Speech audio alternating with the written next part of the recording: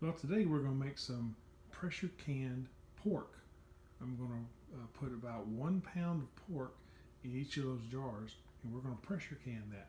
But first, I'm going to clean it, cut it, season it, and then we're going to put it in the jars.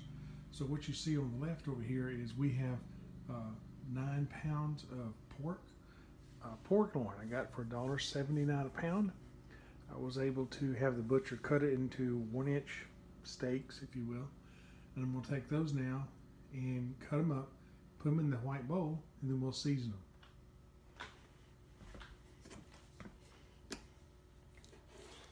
So I put these into pretty good sized chunks, and I do trim off the excess fat. So you're looking at, that's about the chunk I do. This doesn't take that long, but it helps me with the process of getting them into the jars. You could do them in strips if you wanted, whatever you could fit in the jar. But I do it in the chunks. It's just easier for us to handle now. And when we eat it, it mixes in with our stews and soups and other meals that we use this with. With us, we substitute pork and with chicken and beef. So we mix them all together, not in the same meal, but we'll mix them during the week. We'll have a pork meal, beef meal, chicken meal, those things. That's how we mix them up.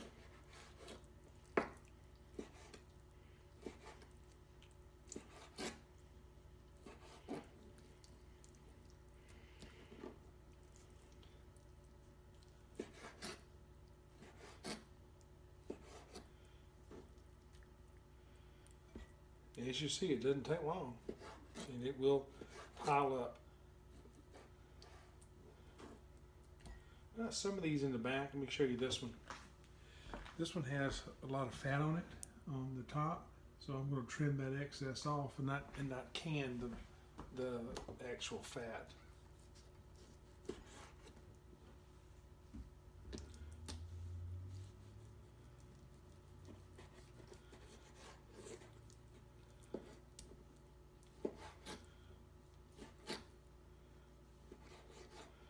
So I'll make you guys sit here for the whole time when we cut all this pork up. I'm going to pause the video now and come back when we're done with the cutting of the pork, and then we'll go ahead and season it and get it ready for the jars.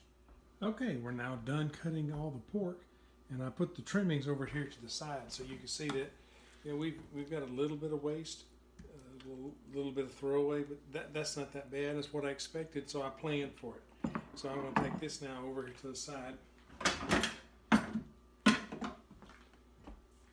We're now looking at all our pork's been cleaned up and trimmed up, and cubed. We're going to now do the spices.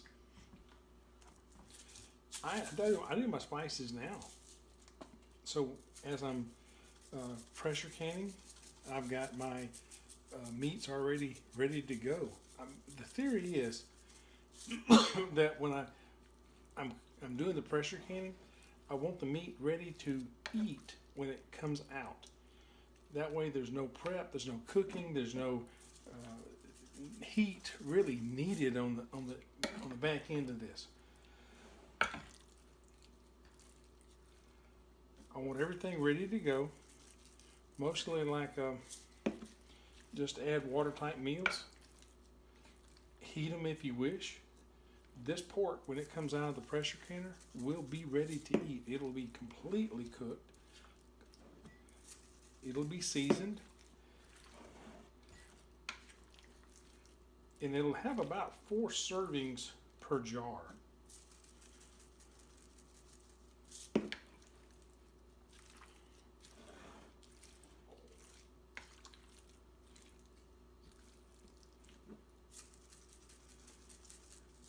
In case you're wondering what seasoning I'm using, it is Brazilian Steakhouse. We like that. We put it on almost all the stuff we eat. in the meat area, because it really adds a kick to it. We do like that. So now I've got my jars. These are wide mouth jars. We prefer wide mouth jars for the beef and the meats and the chicken and those things. We like the wide mouth because the food, it comes out, literally pours out better. So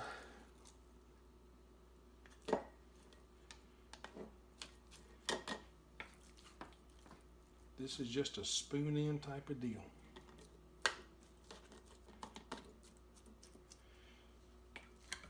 Now, you want it to be about an inch from the top, but look at the bottom of the jar. There we go. You'll see some of the hole gaps in there. So what we're going to do is we're going to fill those gaps.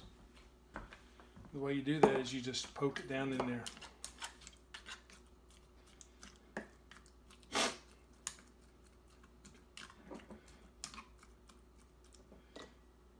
Now I'm starting to fill in those gaps. And once you do, you've made headspace for more pork.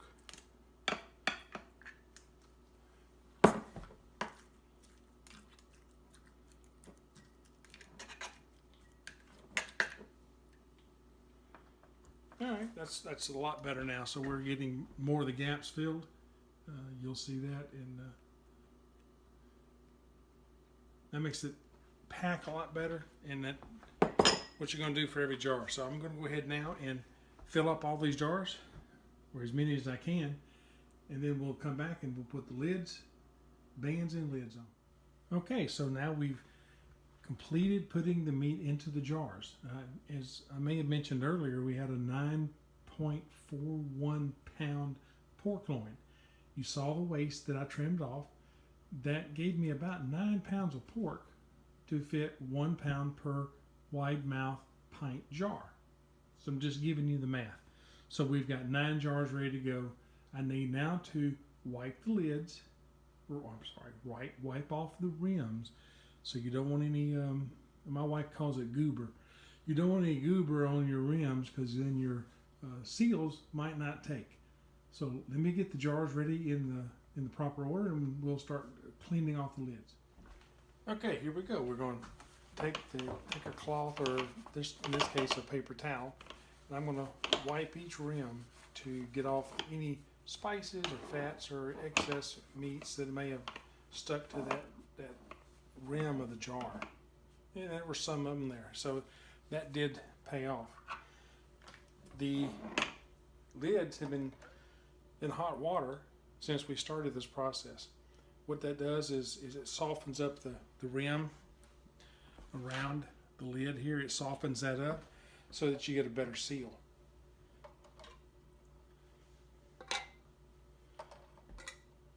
I'm using this little stick with a magnet on the end to grab these lids rather than sticking my hand in that scalding hot water.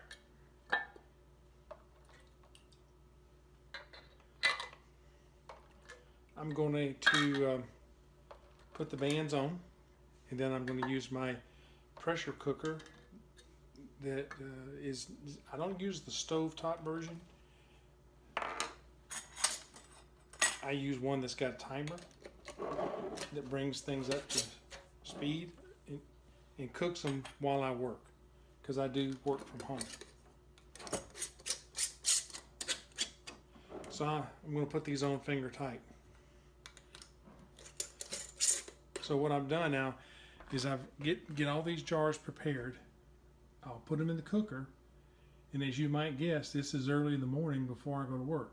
So these will pressure can for 80 minutes, and then I'll come get them on a break or something, and then put another batch in, and then come back and get the rest of them at lunch.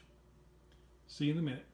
Okay, now we're going over to the pressure cooker. This pressure cooker, I do have a grate in the bottom of it so that the jars sit level.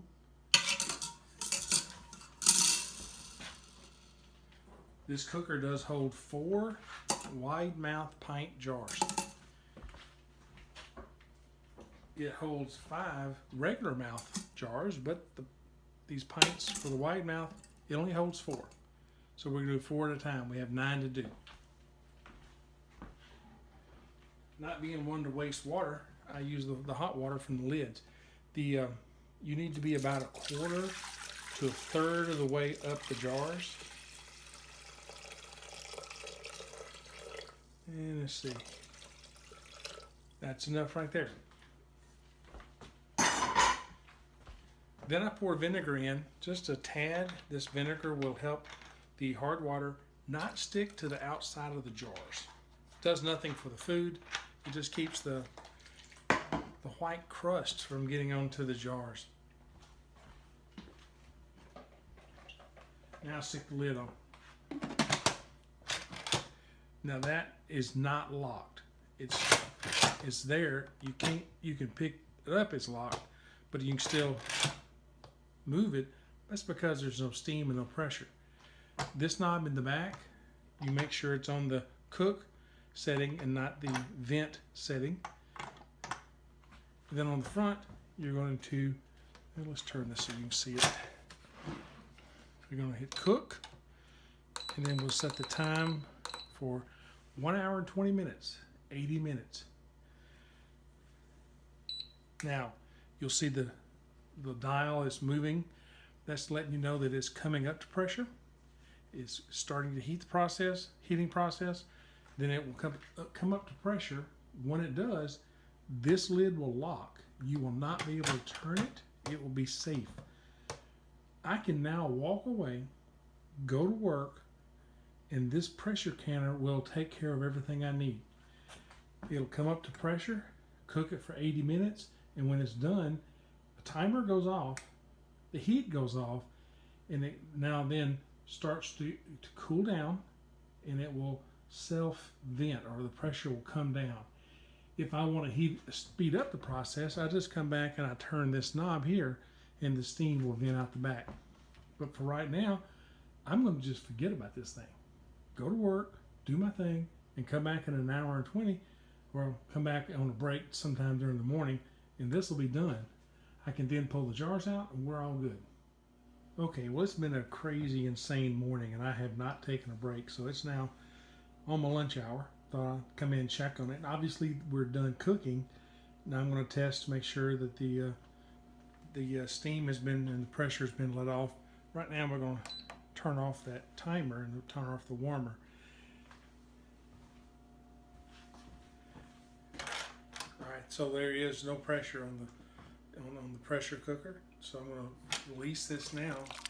And you'll see the steam coming up and going away from me.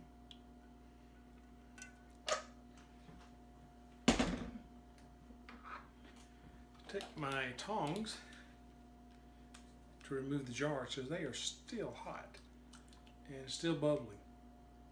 Let's see if you can see that, but that's still bubbling. And look, you'll see it also made its own broth. That's why when I sealed them and put the lids on them, I didn't add any water. They are still bubbling. They are scalding hot.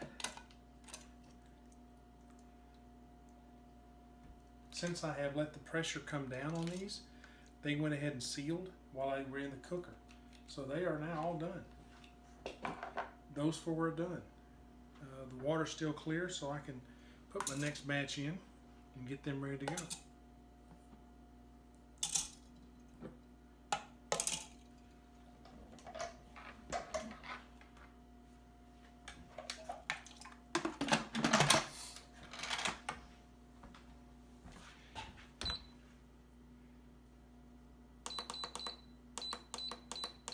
Done. So now I'm cooking my next batch. Easy to do, safe to do, and cooks while I'm at work. All good. Thanks for watching, guys, and understand this is a good way for us to get back to our roots of our fathers, where they used pressure canning to store food for when they needed it in their off season. They would pressure can vegetables and fruits and jellies, and in this case we're pressure canning proteins. Each one of those jars is about 4 servings. So there you go. So I've got 16 meals now in those 4 jars. about a quarter pound of protein each. We'll mix those with our rice dinners and potatoes, and I'm going to even do some stews. I'll do a pork stew that is really great. Thanks for watching, and if you have any questions, please let me know in the comments below, and I will respond.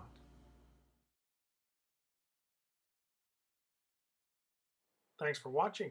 Please like the video, help us build our channel by subscribing to it, and remember to always be ready, be prepared, and be vigilant.